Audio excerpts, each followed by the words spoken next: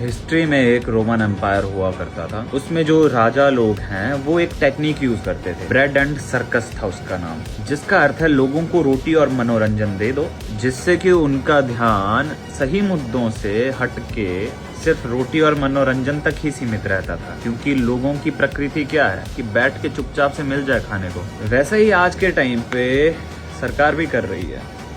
मनोरंजन के नाम पे IPL है, ड्रीम 11 है, खासकर बैन भी कर दिया, लेकिन फिर भी आपका बॉलीवुड है, बाकी की बहुत सारी चीजें हैं। या धर्म के नाम पे लड़ा दो, किसी को हिंदू मुस्लिम कर दो। क्योंकि अगर राष्ट्र का कंसेप्ट अगर यहाँ पे होता तो लोग सवाल पूछना शुरू करते। वैसा एक पॉलिटिशियन या कोई पॉलिटिकल पार्टी नहीं चाहती कभी भी कि तुम वो सवाल करो, लेकिन तुम लोग अभी भी फंसे किस में हो? रोटी और मनोरंजन में।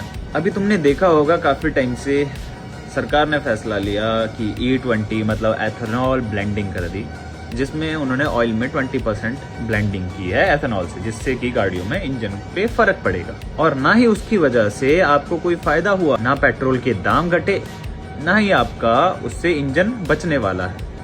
साथ साथ में SSC के प्रोटेस्ट देख लो आप, उसमें भी कुछ हुआ। वोट चोरी का सबसे बड़ा यहाँ पे आरोप आया है, और उसी के बाद आपको एकदम से पॉइंट मिल जाता है कि ड्रीम 11 बंद कर दिया सरकार ने। वाओ, सब लग गए सरकार की प्रशंसा करने। गवर्नमेंट की स्कीम होनी चाहिए कि सबको समानता मिले।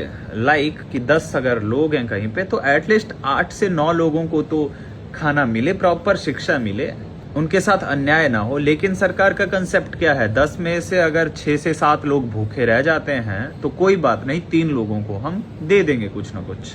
इसे कहा जाता है ब्रेड एंड सर्कस।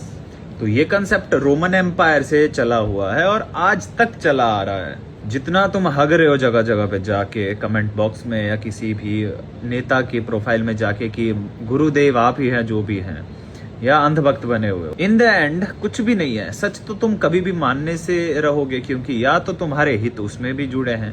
अब तुम्हें पता है कि डेमोक्रेसी के 4 पिलर हैं, जिसमें कि एक मीडिया हाउस करके भी आता है। आज के टाइम पे देख लो तुम कि कौन सा मीडिया हाउस है जो करंट गवर्नमेंट के अंडर काम नहीं करता, या जिसने करंट गवर्नमेंट को क्रिटिसाइज किया हो। नाम बताइए आप किसी भी एक चैनल का। और जो लोग उनकी गलतियों पे भी सपोर्ट कर रहे हैं, या तो उनको पैसे मिल रहे हैं या तो इनडायरेक्टली कुछ सर्विसेज, दैट्स इट।